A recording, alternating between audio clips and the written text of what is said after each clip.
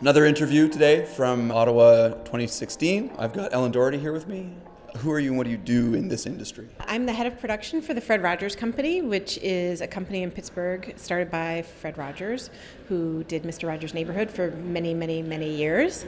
And now we do Peg Plus Cat, Odd Squad, and Daniel Tiger's Neighborhood for PBS Kids.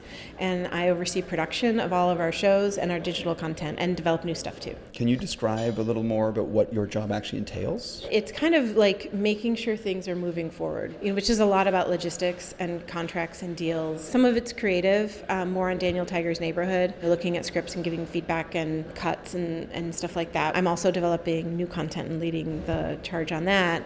So that ranges from finding partners, which is why I'm at the festival, to find individuals, companies, ideas, projects, interesting things to think about, and then also developing original content in-house too. Yeah. So you have an in-house team that does that? It's like three of us, but yeah. And we're doing a new animated web series for a streaming service that is in production now. And it's like the unlikely story of we pitched it at the beginning of May. They picked it up at the end of May. We're in production now, and scripting did what happened in July and August, and now we're in design and Leica and moving on. Cool. Yeah. We have a lot of younger viewers who are considering careers in animation, and we have also a lot of very sort of young, early career animators as well. Yeah. The question kind of becomes, how did you get there? Like, what do you go to school for this? What did you do? I went to school for communications. Okay. So it was a really broad major. So it was a little bit of like intro to TV, advanced TV, intro to journalism, advanced journalism, intro to advertising, advanced advertising. Like that was kind of the deal. And it kind of just, that helped me see that like, oh, TV is cool. Like TV, I can do everything that I want to do that's kind of interesting me. Because it was really writing was where I started. Okay. And when I started working, I was an assistant in a production company, and I did whatever writing that I could. And then they really picked me out as a producer, because that's part of my natural inclination. I still do writing, but I'm also... Organizational skills. Certain organizational skills. My family and my friends growing up were all like, oh yeah, yep. So before the Fred Rogers Company, you were at PBS for quite some time. I was at the PBS station in New York doing a show called Cyber Chase, which was mystery, adventure, and math for kids 6 to 11. And then my first job was on Reading Rainbow, which was PBS. Oh wow, really? LeVar Burton. Nice. It was a good place. It was a good place to start. You're somebody who's kind of gotten to a certain place in your life. Say if you were talking to that 18-year-old you, what kind of words of advice would you have?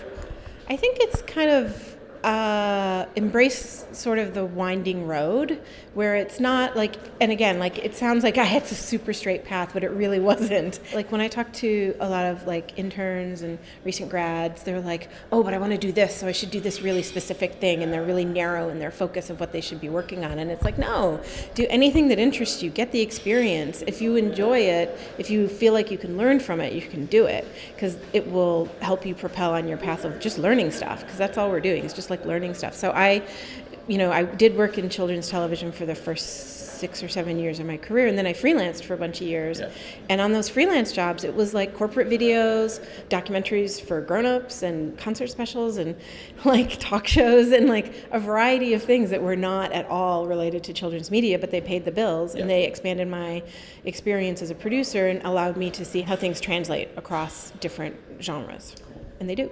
Was there a favorite movie or a show? Was there something that inspired you towards that as a child? No.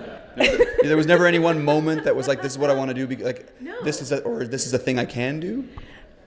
No, it wasn't. It was kind of like in high school I wanted to work at MTV, and I could have rocked that. But it really was not like I watched a lot of TV. There were a lot of shows that I liked, but it wasn't like I want to do that. Like I don't think I knew that was a job really, and it was like my job aspirations growing up were like lawyer, veterinarian, MTV host.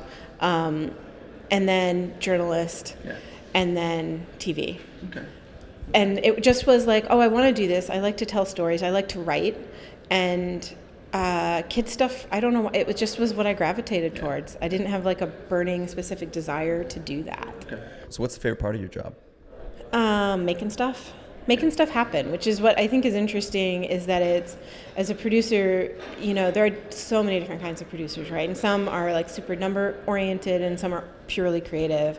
But I've taken a path that has allowed me to kind of do both logistics and telling stories. Telling stories is kind of the funner part, to be honest. But it is also really, I like just solving problems and figuring stuff out. And that can be, how do we do this? How do we accomplish this idea for this budget? Or how do we tell the story? Who is this character? How do we, what's the best way to tell this particular story? Or how should this character look? Or what is this world really about? And what are the rules of the world? All of that is problem solving and fun. Okay, well, that's pretty much what we're looking for. Thank you so much for doing this. It's great. You're very welcome.